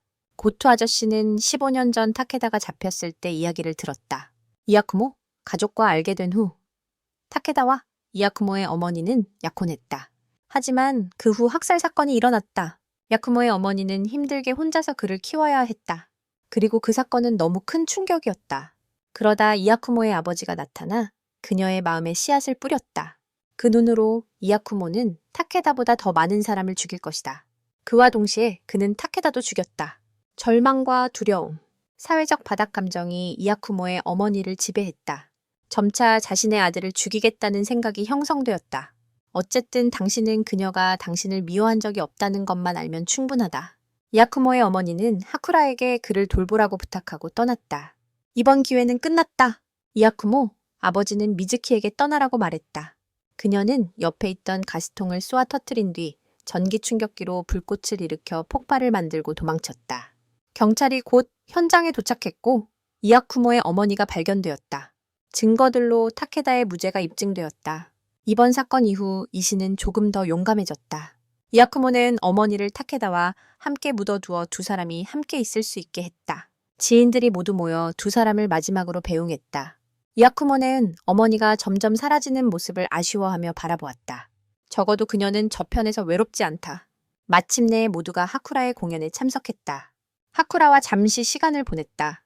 하쿠라의 어머니는 돌아갈 길에 올랐다. 두 사람은 이야쿠모에게 선물을 보내주기로 약속했다. 다른 쪽에서는 기자 마코토가 병원의 몇몇 의료진에게 유령에 대해 듣고 있다. 그리고 매일 밤 그 유령은 나타나 언제 죽을 거냐고 묻는다. 그와 동시에 이시와 나오가 이 병원에 도착했다. 선생님은 몸이 좋지 않아 검진을 받으러 왔다. 두 사람은 잠시 인사를 나눈 뒤 헤어졌다. 나오는 이시를 기다리던 중 매우 지친 사람을 마주쳤다. 한편 마코토는 이야쿠모를 찾아갔다. 그녀는 병원에서 귀신을 만난 사건과 오늘 이시가 검진받으러 온 이야기를 전했다. 이야쿠모는 사건을 맡겠다고 말한 뒤 떠났다. 그는 본부로 가 하타 노인을 찾던 중 우연히 고츠와 이시도 그곳에 있는 것을 보았다. 이야쿠모는 하타가 아버지를 그렇게 찍은 이유를 찾으러 왔다. 그는 이 남자의 표정이 자신의 취향과 매우 비슷하기 때문에 찍었다. 시체는 매우 독특한 표정을 드러낸다. 그리고 우연히 그 남자도 비슷한 것을 드러낸다. 고투는 그가 좀비라는 뜻이다. 이시는 이아쿠모의 아버지가 타케다와 같은 존재, 즉 영혼이라고 생각한다. 이시는 검진 결과를 받은 후 상황이 매우 나쁘고 선생님이 오래 살지 못할 것 같다고 한다. 미즈키의 상황에 대해서는 그녀는 도망친 후 잡혔다. 고투 경감이 경찰 측과 그녀를 만나기 위해 협상 중입니다. 15년 전 그녀의 사건을 담당했던 사람이 현재 고위공직자라서 그가 언론에 이 일을 은폐하려 하고 있습니다. 다음 날 이시가 다시 병원에 왔지만 진료 후에 그녀가 보이지 않았습니다. 밖으로 나가 찾아보니 소녀가 의기소침해 있었습니다. 이시가 다시 물어보니 소녀도 오래 살지 못할 거라 했지만 아직 젊으니 누군가가 장기를 기증해 줄 거라고 믿었습니다. 두 사람은 함께 삶과 죽음에 대해 이야기를 나눴습니다. 소녀는 정말 죽고 싶지 않았습니다. 이시는 소녀를 위로하며 친구를 소개해 주었습니다. 돌아왔을 때 이시는 하쿠라와 이아쿠모를 만났고 병원에 가기 위해 선생님의 차를 빌리려고 했다. 이시는 두 사람을 초대해 차를 한 잔 대접했다. 하쿠라 어머니께서 보내주신 선물이 맞았다. 그것은 어린 시절 이아쿠모의 사진이 담긴 앨범이었다. 그때 자신이 웃고 있는 모습을 보며 마지막으로 웃은 때가 언제인지 기억나지 않았다. 그 후 이아쿠모는 이시를 따로 만나 숨기지 못할 사실을 알렸다. 선생님은 오래 살지 못할 거라고 말했다. 아마 내년에 선생님은 저편에서 벚꽃을 볼 시간이 없을 것이다. 상사와 고투도 미즈키를 통해 이시의 죽음에 대해 알게 되었다. 그녀는 모든 것이 이쿠모의 아버지 손에 달려 있다고 말했다. 차를 마친 후 이시는 이쿠모에게 차를 빌려주었다. 떠나기 전에 선생님은 하쿠라에게 그를 돌봐달라고 부탁했다. 병원에 도착해 마코토를 만났을 때는 이미 어두워졌다. 병원은 그들에게 검사를 받게 했지만 주의해야 할 사항이 있었다. 금지된 방과 전화 사용 금지였다. 방문이 끝난 후 고투와 이시는 빠르게 이시를 만나러 갔다. 미즈키는 이쿠모의 아버지가 이시를 죽일 것이라고 말했다. 이상하게도 그녀의 통화 기록에는 이쿠모 아버지가 없다. 그리고 만약 그가 정말 영혼이라면 어떻게 선생님을 죽일 수 있었을까? 도착하자마자 고투는 매우 걱정했지만 이시는 여전히 안전했다. 두 사람은 따로 이야기를 나눴다. 이시는 선생님에게 무슨 일이 생기면 고투에게 맡기기로 했다. 대화 중에 고투는 이쿠모 아버지가 근처에 있는 것을 발견했다. 총을 꺼내려던 순간 이시가 그를 기절시켰다. 이시는 이것이 자신의 운명이라고 생각하며 다른 사람이 곤란에 빠지기를 원하지 않았다. 이것은 양아버지와 생부 이아쿠모가 처음 만나는 순간입니다. 두 사람은 이후에 신사로 들어가 이야기를 나눕니다. 그들이 무슨 이야기를 했는지는 모르겠습니다. 하지만 고투가 깨어나서 안으로 들어갔을 때 이시는 심각하게 찔려서 죽어가고 있었습니다. 고투는 이시에게 응급 전화를 했습니다. 그 후 그는 이시를 남겨두고 현장을 보호하기 위해 떠났습니다. 이아쿠모는 조사하는 동안 집중하지 못하는 것 같았습니다. 조금 지나서 그들은 유령에게 시달리는 환자를 만났습니다. 대다. 이상하게도 이번에는 그 사람이 언제 죽는지 묻지 않고 오히려 사과하러 왔어. 환자 말에 따르면 그 유령은 하나라고 해. 이때 하쿠라는 이시에게서 전화를 받았어. 그는 이시 선생님의 상황을 알렸어. 이아쿠모는 급히 신사로 돌아갔어. 그는 선생님이 자기 불쌍한 아버지를 피하려고 싸우고 있다고 확신했어. 급하게 가느라 이아쿠모는 다른 차와 사고 날 뻔했어. 하쿠라는 고투에게서 전화를 받았다. 그는 이시가 이송됐으니 병원으로 돌아오라고 말했다. 오랜 기다림 끝에 외과 의사가 수술실에서 나왔다. 안타깝게도 의사는 이시의 상태가 뇌사라고 알렸다. 회복 가능성은 없다. 나오는 참지 못하고 울음을 터뜨렸다. 고투는 총을 의사 머리에 겨누며 죽기 싫으면 바로 이시를 구하라고 했다. 이아쿠모가 그를 말렸다. 이번에는 1% 미만이니 아마도 현실을 받아들여야 할 것입니다. 잠시 후 이쿠모는 의사로부터 피해자 가족 자격으로 불려갔습니다. 고투는 나오를 집으로 데려가 아내에게 돌봐달라고 부탁했습니다. 그리고 그는 현장으로 돌아갔습니다. 몇몇 이웃들이 범인을 목격했습니다.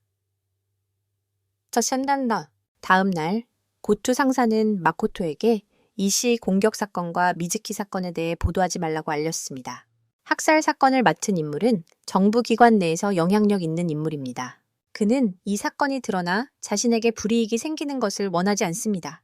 고투는 하타를 현장으로 데려갔다. 이아쿠모네는 이시와 함께 밤을 보냈다. 하쿠라는 그를 방문하고 주위를 돌아다녔다. 하타는 발자국이 없어서 이상하게 생각했다. 그 방 안에도 아무 흔적이 없었다.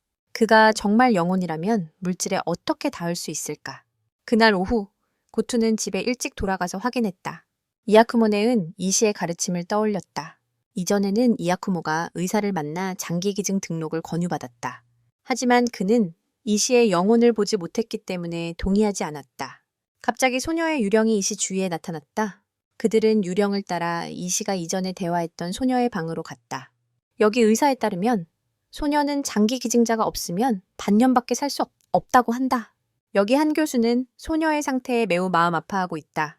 그 의사가 아무 말도 하지 않았지만 이야쿠모는 곧 그 교수가 소녀의 아버지라는 것을 알아챘다. 그는 뭔가 수상한 기분이 들기 시작했다.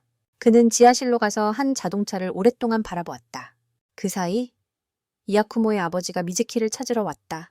그는 그녀를 경련 상태로 만들어 구급차로 데려갔다. 저녁이 되자 그녀는 직원들을 모두 죽였고 이야쿠모의 아버지가 데리러 왔다. 클럽에서 하쿠라는 고투 아저씨에게 이야쿠모가 범인이 누군지 알고 있는 것 같다고 말했다. 확실하지는 않지만 그녀는 이야쿠모가 이 세상을 경멸하고 있으며 그의 마음이 불의 사람의 분노로 가득 차 있다고 느꼈다. 고투 아저씨는 한숨을 쉬며 아마도 예전과 같을 거라고 말했다. 그때가 바로 그가 범인을 쫓고 있던 시절이었다. 길을 잃었을 때 나는 공원에 있던 이야쿠모를 만났어. 나는 그에게 집에 가라고 했지만 그때 그의 입은 지금보다 더 심하게 고장났었지. 이야쿠모는 당이 기억력도 문제라며 경찰이 될 수 있냐고 욕했어. 나중에 고치가 기억해냈는데 그 아이는 네가 어머니가 널 죽이려 할 때 구해준 아이였어. 그리고 또 한 번 너를 괴롭힘에서 구해줬지. 너는 항상 분노에 찬 얼굴로 나를 바라봤어. 왜 어머니가 나를 죽이려 할 때 나를 구했어? 그때마다 네가 그런 얼굴로 나를 볼 때마다 나는 너를 때렸어. 사람을 구하는 게 형의 임무야. 구하지 않으면 경찰을 왜 하겠어. 덕분에 형과 내가 점점 가까워졌어. 그리고 최근에 이야쿠모의 태도가 완전히 달라졌어. 아마 하쿠라 덕분일 거야. 하지만 이신에게 무슨 일이 생기면 이야쿠모는 예전 모습으로 돌아갈 거야. 어쨌든 형은 누군가를 때리기엔 너무 착해. 바로 그때 이신이 달려와 미즈키가 도망쳤다고 알렸어. 그리고 고추의 아내가 나오를 데리고 이신을 찾아왔어. 마코토도 거기에 있었어. 이야쿠모도 나타났지만 그는 매우 냉정했어. 그리고 이신을 방문하러 온 것 같지 않았어. 그는 그 교수와 만나서 그가 이신을 뇌사 상태로 만든 일을 직설적으로 말했어. 그는 부인하려 했지만 이야쿠모의 입에서는 어떤 부인도 통하지 않았어. 그는 살아있는 영혼과 대화했어. 솔직히 말해서 그에 따른 타고난 살인 회피 능력이 있어. 그 소녀가 매일 밤 환자들에게 언제 죽을 거냐고 묻는 이유가 바로 그 때문이야. 그는 딸에게 만약 환자가 죽고 신장을 기증하면 자신은 죽지 않을 거라고 심어주었다. 그 감정이 우연히 살인 미수를 일으켰다. 그리고 그의 양아버지가 종합 검진을 받으러 왔을 때 그는 몰래 딸과 맞는지 검사했다. 결과는 완전히 적합했다. 게다가 이식에 필요한 긴급성, 트로바 시간, 공급 시간을 검사한 후 그는 이신의 장기가 확실히 딸에게 이식될 것이라고 예상했다. 교수는 떠났지만 이야쿠모는 자신의 주장을 펼치기 위해 따라갔다. 하지만 이신이 1년 더 사는 것은 너무 늦었고 딸은 겨우 반년밖에 살지 못해 그는 이신을 찔렀다.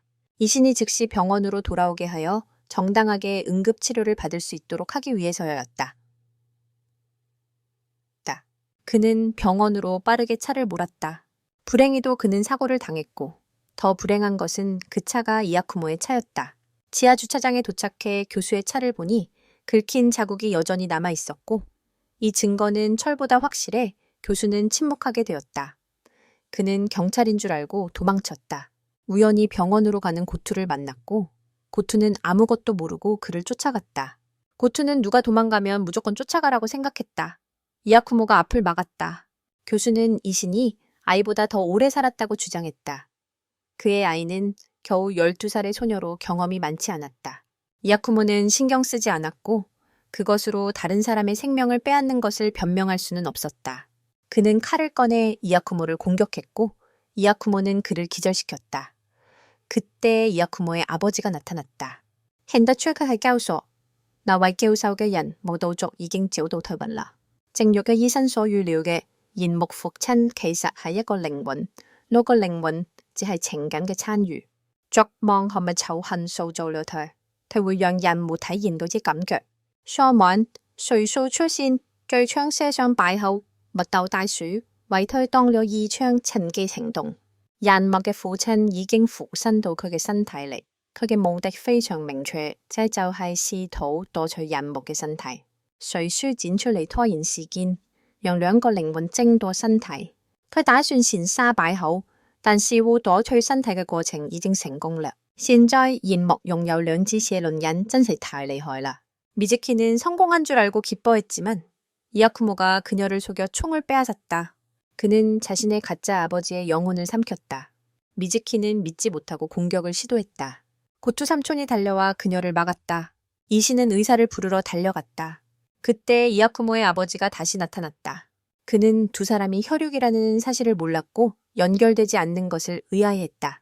그들은 서류상 혈육이 맞지만 이아쿠모에게는 이신 한 명의 아버지만 있다.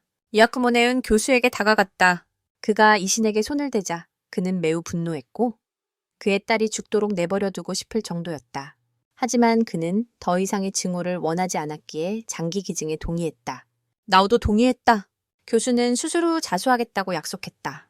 그리고 그 더러운 늙은이는 그는 다시 한번 그에게 확신했다. 나는 절대 어둠 속에 빠지지 않을 것이다. 그는 다음에 다시 만나자고 약속하고 떠났다. 미즈키도 틈을 타서 도망쳤다. 이시는 그녀를 쫓았다. 뜻밖에도 그녀는 차를 강에 몰고 가서 사라졌다. 고투 씨는 수술에 성공했다. 이아쿠모네는 이신의 마지막 유언대로 장기 기증에 동의했다. 이신의 장례식도 곧 치러졌다. 하타노이는 돌이켜보니 이아쿠모의 아버지가 인간 본성의 화신 같다고 생각했다. 그는 약한 사람들 앞에 나타나 그들 안에 숨겨진 본성을 일깨운다. 장례식이 끝난 후 고투 삼촌은 이아쿠모에게 자신과 아내가 아이를 입양할 것이라고 알렸다. 가족 식사 자리에서 이아쿠모는 밖으로 나가 이신과 마지막 대화를 나눴다. 두 사람은 많은 이야기를 나누었다. 그리고 결국 이신은 떠날 수밖에 없었다. 이아쿠모는 조용히 눈물을 흘렸다. 하쿠라는 그를 안아주러 다가왔다. 일상은 계속된다. 요즘 이신은 고투 삼촌이 일찍 와서 놀아줘서 더 바쁘다. 이아쿠모네는 여전히 하쿠라가 가져오는 문제들을 해결하고 있다. 그리고 애니메이션은 여기서 끝난다. 안녕.